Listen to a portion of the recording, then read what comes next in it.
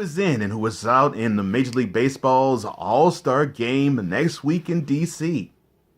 And take a trip into time with me. Hop into the time machine back to 1979.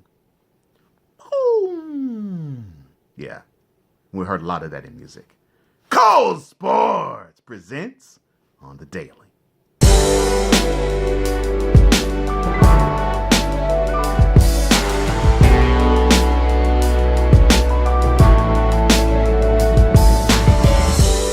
And I'm so glad you're able to join me on your iPhone, your iPad, your Android, your smart TV, your computer, or whatever apparatus that you're viewing videos. Cole Johnson here. Cole Sportz presents on the Daily is on tap. And let's get right to it.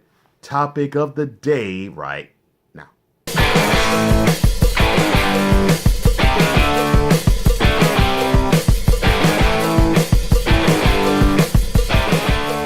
With the World Cup going on, Wimbledon in full swing, America really is focused on one thing, and that is who is being selected to the All-Star Game.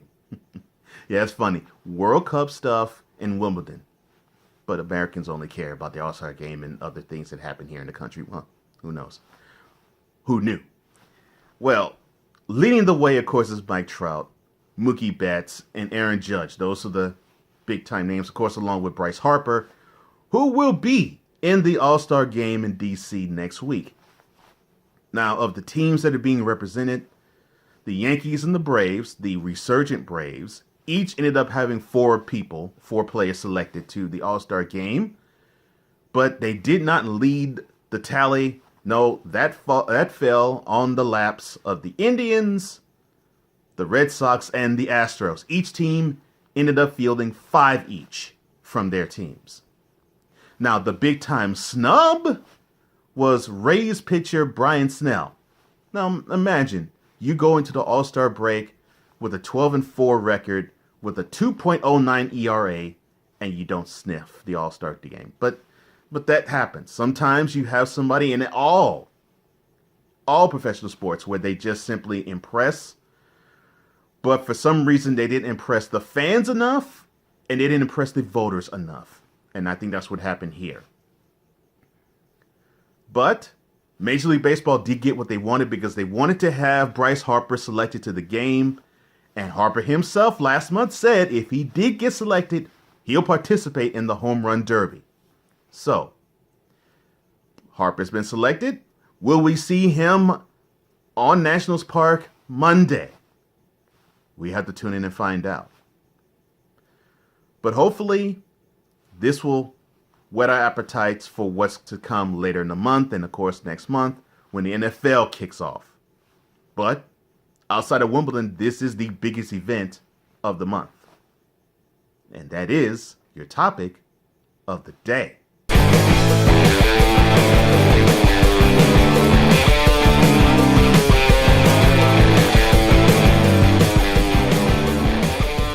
When I return, we're going to stick with baseball, but we're not going to talk about baseball in 2018. No.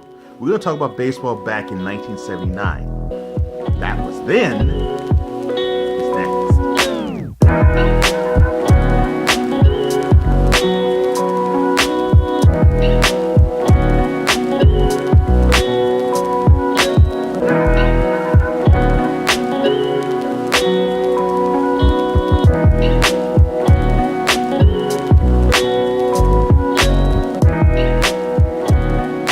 Coming up on tomorrow's On the Daily, we're going to, in upon further review, dig a little deep into ESPN and why the programming is not really connecting with you. I've heard it from you, and I see it with my own 4 eyes. Why aren't they not connecting with you, the viewer? And of course, we're going to talk about another topic of the day as well, but see, that's for tomorrow. And since we're here today and it is Tuesday, well, we tap into yesteryear. The year, well, I'll tell you after. But there was an event that was so big that it transcended sports and went into pop culture. And really transcended pop culture and went into just culture altogether. Meet when sports collides with music, and that was then.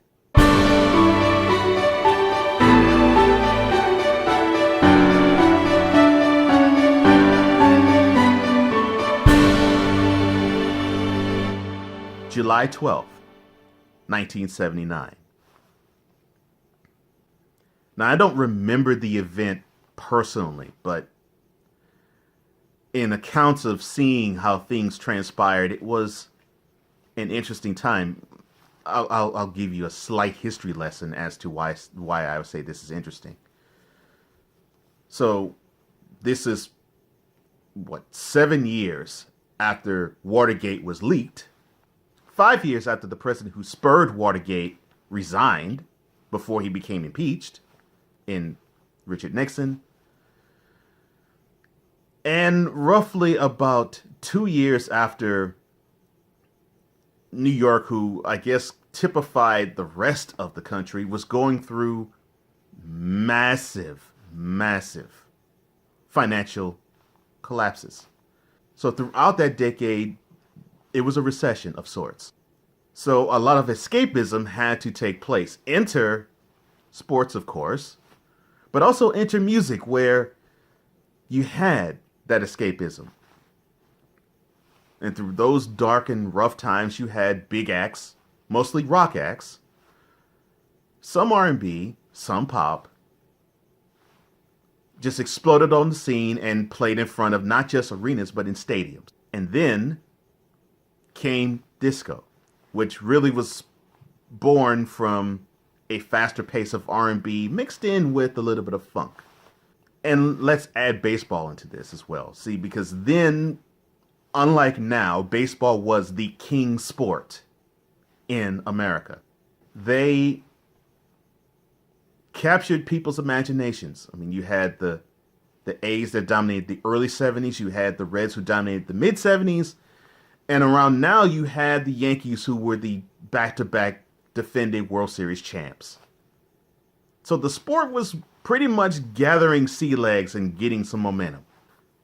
If you wanted to make a name for yourself in sports, baseball and boxing would be the two sports you would gravitate toward the most back then.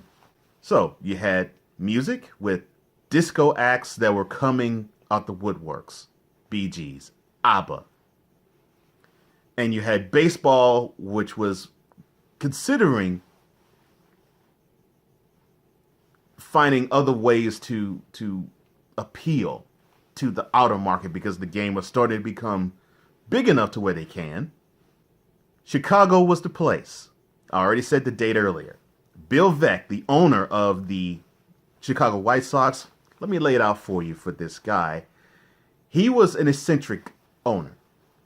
How eccentric? Well, just to gain interest in the team, because Chicago sports was horrible in the 70s. The only thing they had to hang their hat on then was Walter Payton.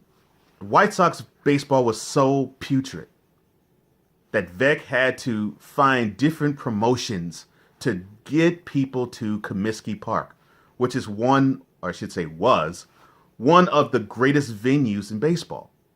One of the most storied venues in baseball. So he tried different things. He tried Congo dancers. He tried fire eaters.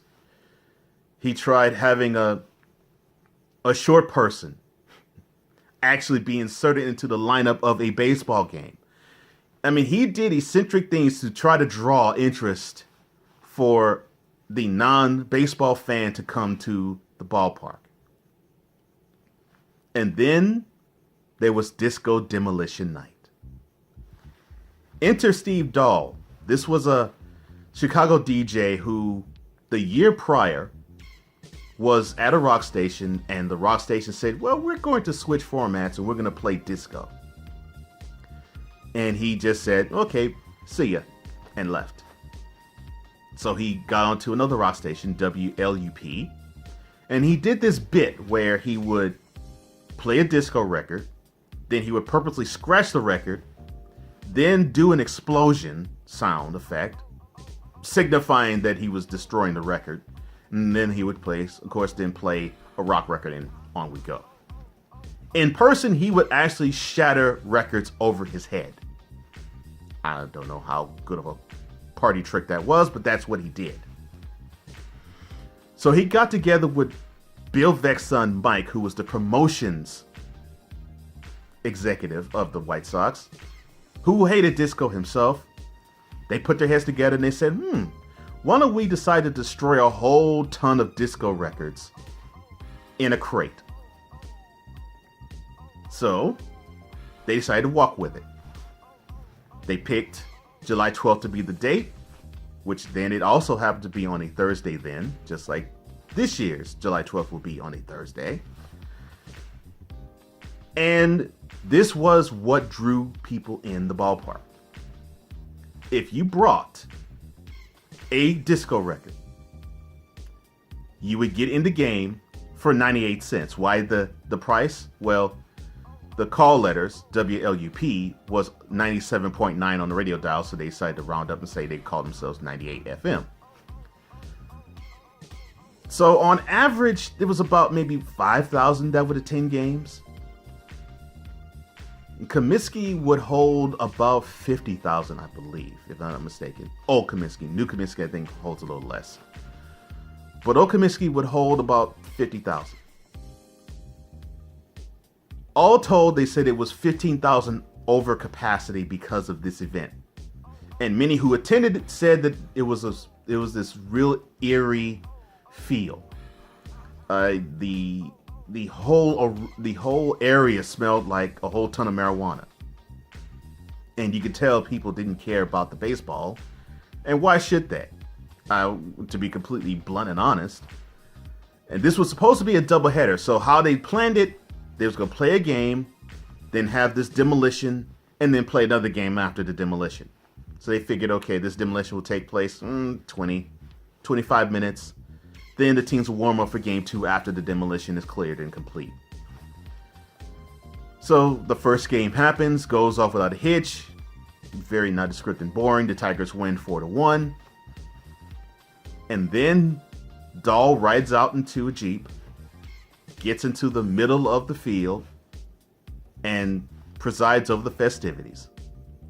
And out rolls this crate that wasn't a crate anymore. It was almost like a garbage can size. I mean, a big garbage can size. Like one of those garbage disposal size of records.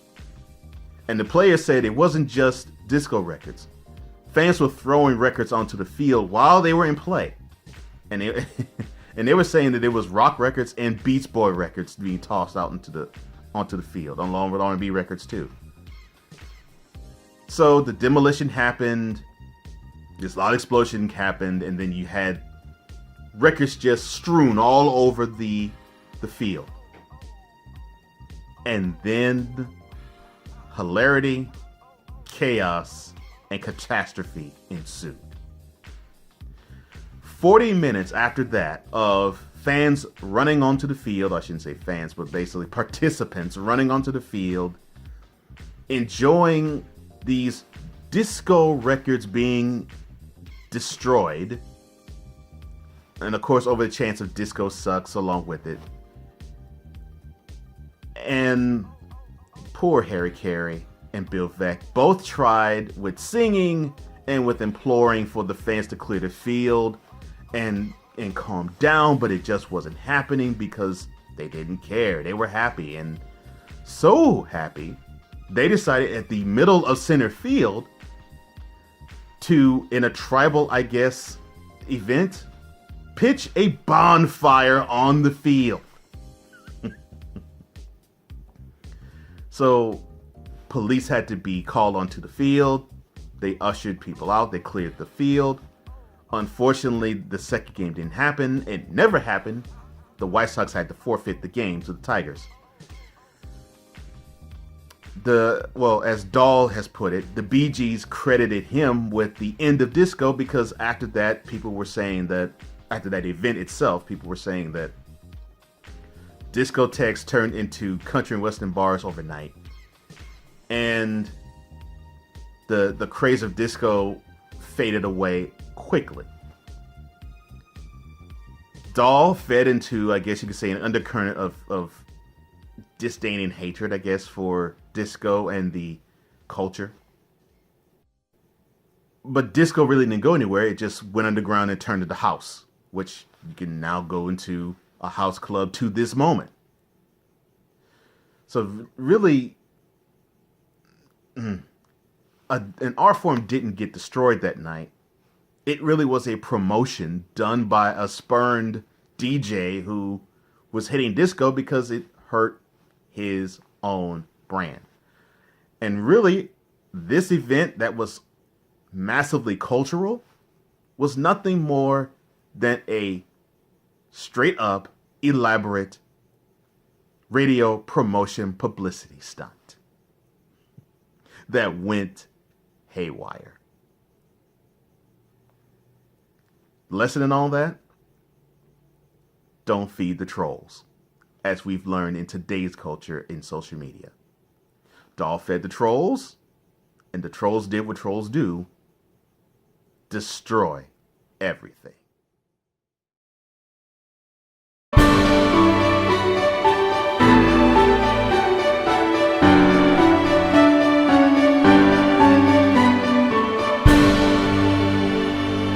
If you happen to like this episode or any episode that you have seen thus far, you know the button and you know the drill. Click it and subscribe to Cole Sportz on the daily.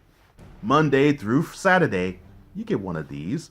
And you already know the drill. You already know what you get in each day because you get something different. And speaking of getting something different, join me on the Instagram question of the day. Cole Sportz with a Z is where you can find me. And you will get a different question each day. And today's question will surround itself with what is happening with the All-Star game. And if you have any suggestions whatsoever, you can reach me on social media. Instagram is at Cole Sportz with a Z. On Facebook, it's at Cole Sportz with a Z. On Twitter, it is at Cole_Sports with a Z. And this brand also has its own website, ColeSportsWithAZ.com. You can comment, you can share, you can like, you can subscribe, you can follow, and you can comment to your heart's content. And also, if you want to write something in long form, you can reach me an email at info at ColeSportsWithAZ.com. There are many ways to reach me, and I'm glad to hear all of you reach me. Thank you so much. And that's all the time I have. Thank you for joining me. I'm glad to join the sportsman and the sportswoman out there, the intelligent ones, I may add. Cole Johnson here. This is yet another edition of Cole Sportz on the visual and on the daily.